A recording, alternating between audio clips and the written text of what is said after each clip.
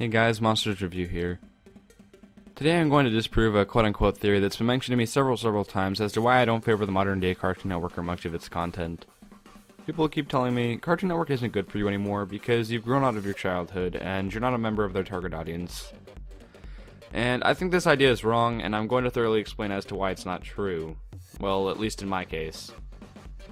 Classic cartoons from the 1960s and 70s, like the Flintstones and Scooby-Doo, not only left an impact on the kids of the 60s and 70s, but they also heavily influenced the kids of the 80s and the 90s. Why, you might ask?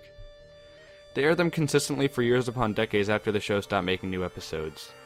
When Cartoon Network became a channel in the early 90s, they only aired classic cartoons from the 60s and 70s. Thus, the kids could enjoy it while the parents of those kids that grew up with those shows could also enjoy it while having some nostalgia.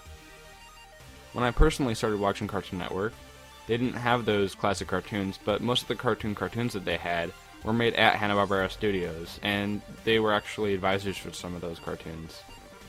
And if you already weren't aware, Hanna-Barbera made the vast majority of those memorable cartoon shows from the 60s and 70s, so they still had a very similar style of animation and humor. When Cartoon Network started to fill up their schedule with rather dull cartoons and live-action shows, I turned to Boomerang. Although the only shows on there from Cartoon Network at the time were Dexter's Lab, Crypto the Superdog, and Duck Dodgers, I was given exposure to a whole collection of classic cartoons. Of course, during the main time of my childhood, I had heard of some of them like Pink Panther and had seen some of those direct-to-DVD Scooby-Doo movies, but had never truly seen their predecessors. And at this time, Boomerang had that wide variety in their schedule that Cartoon Network was losing. They had Adam Ant, Jabberjaw, Dastardly and Muttley, Magilla Gorilla, Pearls of Penelope Pitstop, Wacky Races, Yogi Bear. The shows go on and on. Also, they aired some of those Cartoon Network groovies in between commercial breaks, and they had really cool blocks like Boomer Royalty, Boomerang Zoo, and Boomer Action. You see, I still enjoyed these shows when I became a teenager, and there was little to no nostalgia involved. I still enjoy those shows today. It's the content that's different now, not the personal factors, at least for me. I'm open-minded enough to watch every new show that comes out, and just because it's a new show doesn't mean I automatically don't care for it. I genuinely watch each show, and it's a matter of if I'm entertained or not, which a lot of shows in modern times don't do because a lot of them are repetitive and aren't very developed. Also, I've noticed that a lot of cartoons in modern times don't allow for the viewer to build a connection to it. Why do you think an entire large group of people exist here on YouTube that deeply misses their favorite shows? We've built connections to those shows and they got taken away from us. I know a couple of kids that watch Cartoon Network sometimes, and they don't seem to really care about it too much. The only shows that they watch are the cliché Adventure Time and Gumball. I personally don't think that Uncle Grandpa can leave a big impact on kids.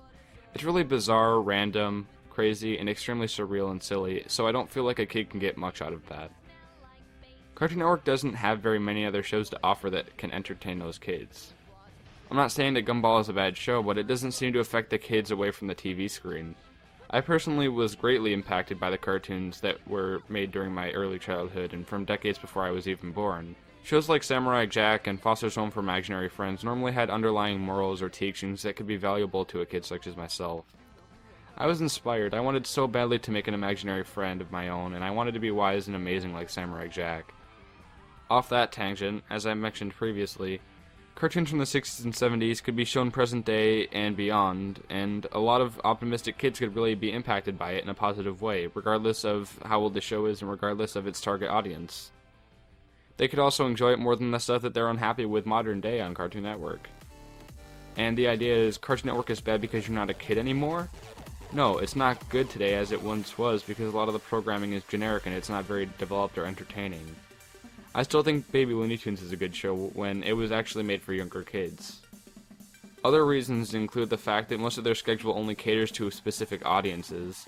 Their bumpers and promos aren't very engaging, and they don't respond or interact with their audience as much as they should.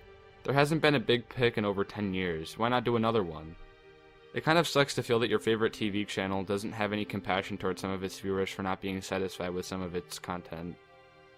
I know that Adult Swim exists, and even though I am a young adult, I sometimes don't want to watch the adult shows with crude humor and swearing. What am I supposed to do when I don't like some of the stuff that constantly airs on Cartoon Network when I sometimes don't want to watch adult shows?